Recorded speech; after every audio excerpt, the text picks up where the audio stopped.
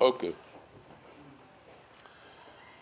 Welcome, gentlemen of the press, to my World Press Conference. I received the judgment of the Imo State Election Petition Tribunal with so much sadness and disappointment.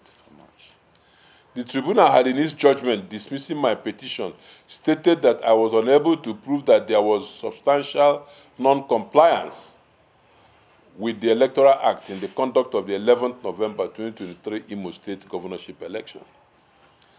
According to the tribunal, my inability to prove that there was substantial non-compliance with the Electoral Act in that election stemmed from my non-production of the beavers machine before the tribunal. Besides the fact that the production of the beavers machine before the tribunal was the responsibility of INEC, both as a party to the petition and as a public institution, I had endeavored to ensure that the beavers was brought before the tribunal by obtaining an order from the same tribunal compelling INEC to produce the beavers machine before the tribunal. However, INEC brazenly refused to abide by the order of the same tribunal directing it to produce before it the beavers machine. It may interest you to note that the same INEC had, prior to the commencement of hearing of my petition before the tribunal, refused to grant access to Labour Party accredited inspectors to inspect the beavers machine in line with an order of the same tribunal. This is regardless of the fact that INEC had extorted from me millions of naira purportedly as a deposit for the cost of the inspection of the beavers machine. The said inspection never held, and INEC has held on to the money.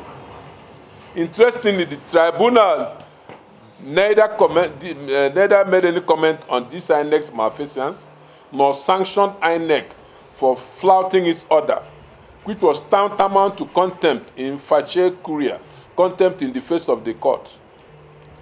It is worthy of note that at the stage of the collation of the election result at the Imo State Governorship Election Collation Center, where our party's state collation agent, this gentleman here, the LP state chairman, Barrister Callistus Ihejiagwa, was beaten ruthlessly simply because he attempted to draw the attention of the Imo State Governorship Election Returning Officer, Professor Sunday Fashion Abayomi, to the fact that there was need for him, the Imo State Governorship Election, the Governorship Election Returning Officer, to comply with the provisions of the Electoral Act in paragraphs 48, sub-paragraphs A and B of INEC regulations and guidelines for the conduct of elections 2022, which expressly stipulated that an election result shall only be collated if the collation officer ascertains that the number of accredited voters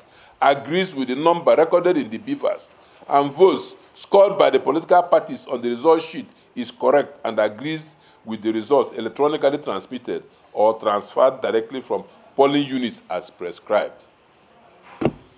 Our party state collation agent therefore urged the returning officer to suspend the collation exercise and request for the production of records of beavers accreditation to enable him ascertain that the number of accredited voters agrees with the number recorded in the beavers, and votes scored by political parties on the result sheet is correct and agrees with the results electronically transmitted or transferred directly from polling units. Unfortunately, gentlemen, the said INEC collation returning officer bluntly refused to comply with the mandatory provisions of the INEC regulations and guidelines and mocked our party's agent to go to court. If the INEC collation and returning officer had complied mandatory provisions of the Electoral Act, complied with the mandatory provisions of the Electoral Act and INEC guidelines, the issues of overvoting would have been cured at that point, like Professor Nenna Uti did in Abia State. My dear compatriots, as we all saw in the full glare of national television, the said LP State Party collation agent, this gentleman here, was not only beaten mercilessly in the presence of state security agents, but was quickly and humiliatingly dragged out of the State Collation Center as soon as he mentioned the Abia State scenario, where the then sagacious Abia State Governorship election returning officer, Professor Nenoti, stood up for democracy against all forces and suspended collation until the discrepancies between the figures in the result sheets and the Beavers report were reviewed, and tented results rejected and discountenanced before a winner was announced. Having sent our party state collation agent away from the collation center with the assurance that he has been securely locked up by the police, the returning officer hurriedly collated and announced the unverified governorship election results, and without let or hindrance in the middle of the night, declared the winner where there ought not to be any. The decision of the tribunal that the Beavers machine must be brought before the tribunal to prove overvoting was hinged on the Supreme Court of Nigeria decision in the case of Oyetola versus INEC in Osun State. A cursory look at that case, gentlemen, will show that Oyetola's case and mine are not the same in all fours. The circumstances are totally different, a world apart. In Oyetola's case, the court was saddled with the difficulty of deciding which of the three different Beavers reports presented by three different parties, all certified by INEC as true copies of the product of the ubiquitous Beavers machine, was authentic. In that case, gentlemen, it was necessary for the court to demand to have the Beavers machine brought right before her for demonstration and perhaps to undertake a little inquiry of her own as to what possibly was produced by the Beavers in court. In my own petition, gentlemen, there was only one uncontested, uncontroverted, and uncontradicted Beavers report validly issued by INEC. In addition to the Beavers report are uncontroverted testimonies of my witnesses which corroborated the report. The fact that the testimonies of my witnesses were not in any way challenged by any other parties to the petition with regards to what transpired in the various polling units in law ought to be deemed as admitted without more. My case was that the witnesses observed what happened at the polling units, that there were overvoting, and their observations was corroborated completely by the Beavers report. During trial, the tribunal deliberately curtailed the 60 days statutorily allowed by law for me to give evidence in court to 12 days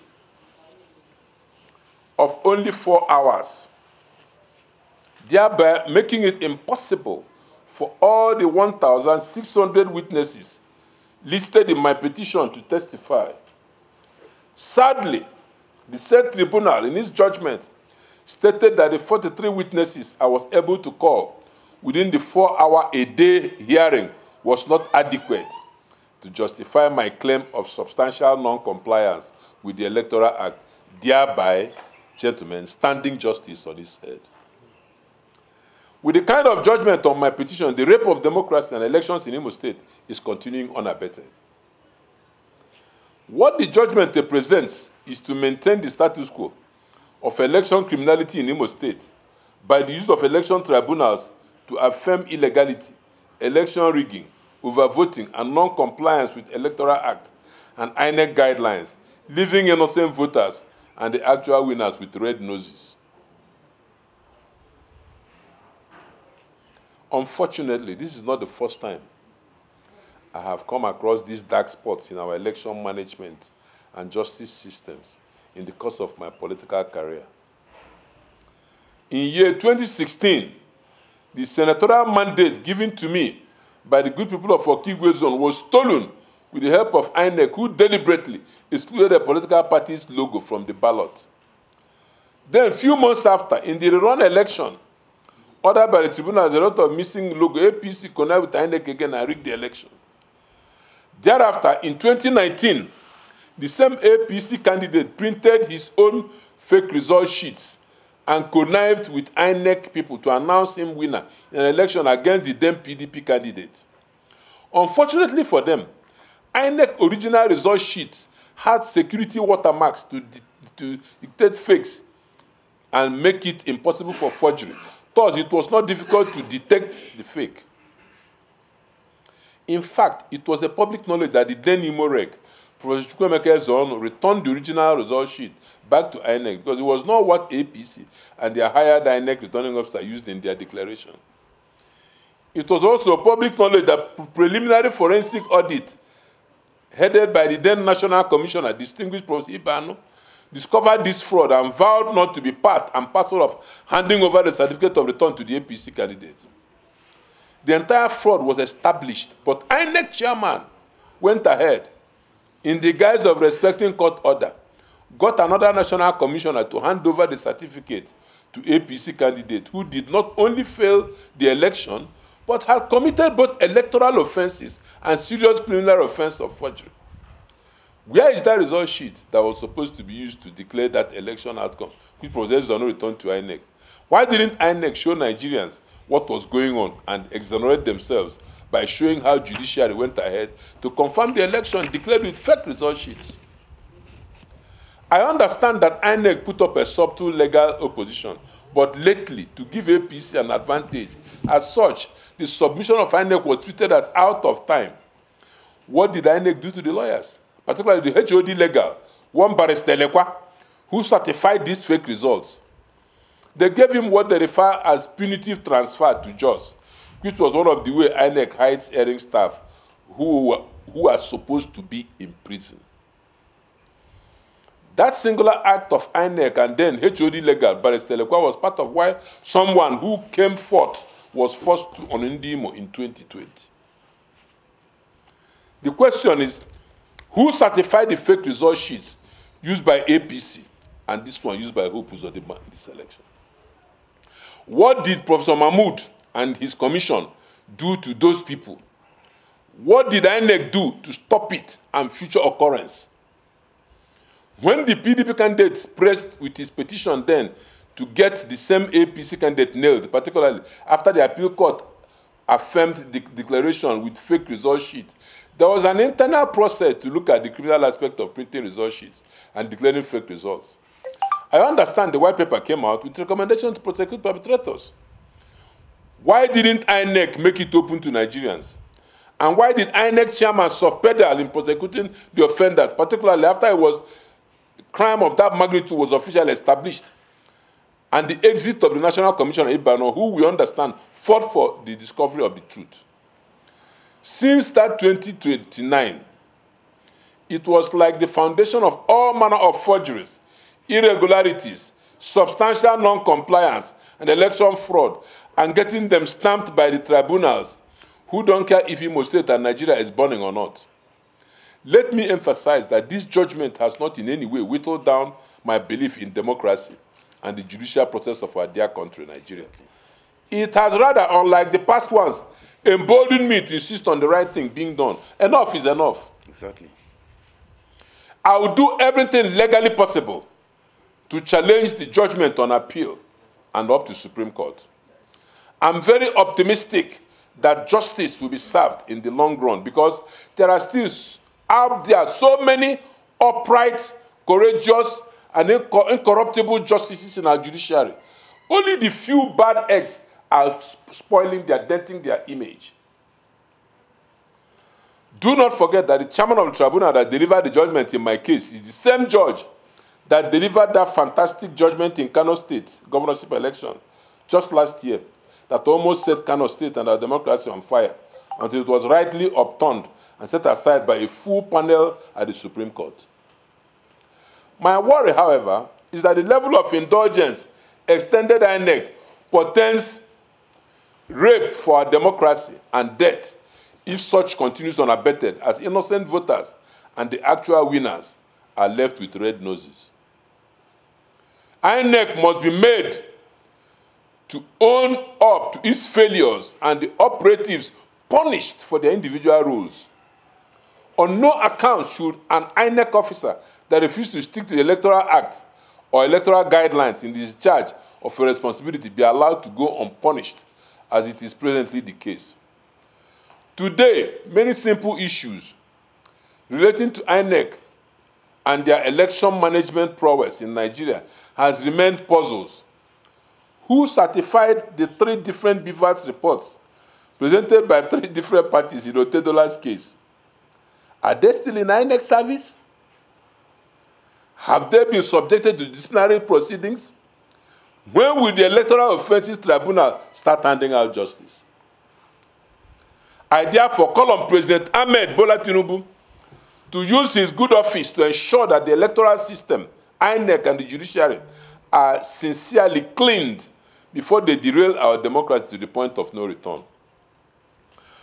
President Bola Ahmed Tinubu, from the look of things, you planned to be president of Nigeria for a very long time.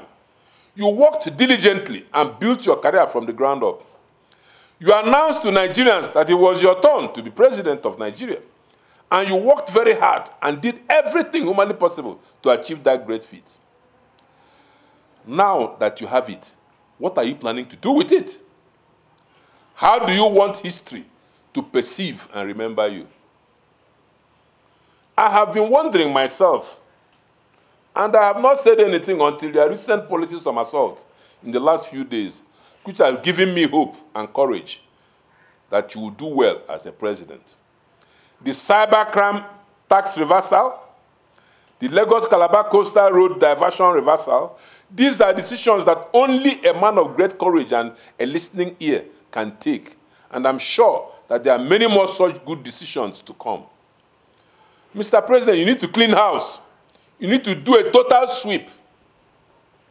As governor of Lagos State, you hire the best hands. Nigeria is a much more bigger challenge, and you need to do the same. But, Mr. President, you are going to start with INEC. Without a proper electoral system, we are wasting our time. At the moment, what we have is INEC and some corrupt judges in the judiciary ganging up to impose criminal elements into elected offices. It is a fact that when you have people who people did not elect get into offices, they do not owe anybody any obligation. When they go there, they cut away our commonwealth and they do not blink because nobody voted them in. That is why we have to get that aspect right. Mr. President, we have to once and for all determine whether it is the people or INEC or the judiciary that give electoral mandate and elect people into office during election season. So the urgent place you can do a clean sweep is INEC and judiciary. Because the only way we can have a proper democracy and quality government is if we have an effective and efficient electoral body to allow credible elections for credible candidates duly elected by the people into offices, and then a courageous and incorruptible justice who will readily annul and redress any electoral irregularities and non-compliance with the Electoral Act and INEC guidelines. Mr. President, so many things going wrong in the country that need urgent and sincere reform. Nigeria is bleeding at the moment, and I'm sure you will not want this country to turn to ashes in your hands and in your time as our president. Mr. President, please reach out to the opposition as they are patriots and who have also invested in a lot in a nation building. Mr. President, in the opposition political parties, there are very many intelligent and patriotic men, women, and youths that will help you succeed. For the next 3 years, you have this country to govern. We cannot allow this country to go down. I am not a professional politician, hence I will continue to give you advice irrespective of political party difference. I will continue to give my own quota and support for this country to move forward because what I want is a peaceful, secure, and prosperous country that we can bequeath to our children and generations to come. Furthermore, I'm going to seek for an order of mandamus, compelling the Attorney General of the Federation to proceed against several INEC officers and collation and returning officers who have been guilty of electoral offenses and are walking the streets free while Nigerians are wallowing in poverty and insecurity, which is occasioned by their actions. Let me talk about insecurity, Mr. President. Have you ever wondered how the prison in Owerri, that is surrounded by the government house on one side, police headquarters on the other, DSS head office, the residence of the brigade commander, residence of the police commissioner, was raided by bandits who shot for hours. And nobody came. While the military barracks opens just 10 minutes away from there. And the next day, they went ahead to destroy all the surrounding police stations after educating the prisoners that they can go out and feed themselves and nobody will harass them. They kept their promise and burnt all the police stations around. Mr. President, I have made strenuous efforts as a person to fix the police stations in my local government and discuss the ones in my senatorial zone. The first time it was dynamited after I fixed it. We reported to the police, and there was one person that was a suspect who was even accused of murder. To our greatest shock, after we had gone to police and he was arrested and even taken to Abuja, several attempts were made to release him. And when the police prepared the case against him, the then Attorney General of the state released him from prison. Mr. President, you need to investigate what happened in Imo to know the source of terrorism in the southeast. Because it is from Imo State that Abia is being attacked. From the same location, Enugu is being attacked. From the same location, Anambra and Ebonyi are being attacked. And Imo is being destabilized. Mr. President, all this is so that people will be scared and will not come out to vote in an election, so that results will be written. There is no more farming in our place. And there will be famine very soon. And people will start dying of hunger and starvation because agricultural activities have been halted by insecurity, making agricultural products scarce in the market. Mr. President, if you get to the root of this problem, find out who the culprits are, you will see the source of insecurity in Nigeria. You have an efficient security architecture. The DG of DSS is a very brilliant and intelligent officer who can assist you and produce results. During the build-up to the November 11 governorship election, Hope Uzodinma used insecurity to unleash terror and brutality on his political opponents, and narrowly escaped assassination from his men who tried to stop me from attending church program at Obibiezina in Owerri, not local government. The chairman of my party was beaten black and blue at the State Collection Center. We defied all those terror and intimidation to campaign in the entire 27 local governments and 305 wards, including Omuma, Hope Uzodinma's ward and hometown. Then, after taking all these risks and mobilizing people to come out and vote, he thinks he can steal their votes and mandates with connivance with INEC and now tribunal. It will not happen. Never. We will not allow that to stand. I'm going to pursue my case up to Supreme Court to recover our people's mandate. And I strongly believe that the final outcome will strengthen our electoral jurisprudence. Finally, I passionately appeal to Imolites, whose mandates were stolen by Hope Uzodinma and just endorsed by the tribunal, to remain calm, go about their normal activities, but be assured that it is not yet over. I promise them that very soon, by the special grace of God, we will all get justice at the end of our collective struggle as we pursue this case on appeal to higher courts. The labor of our people shall not be in vain, not on my watch. Aluta continua Victoria Asceta. Long live Labour Party. Long live Imo State. Long live Nigeria. Thank you. Thank you, gentlemen, for listening.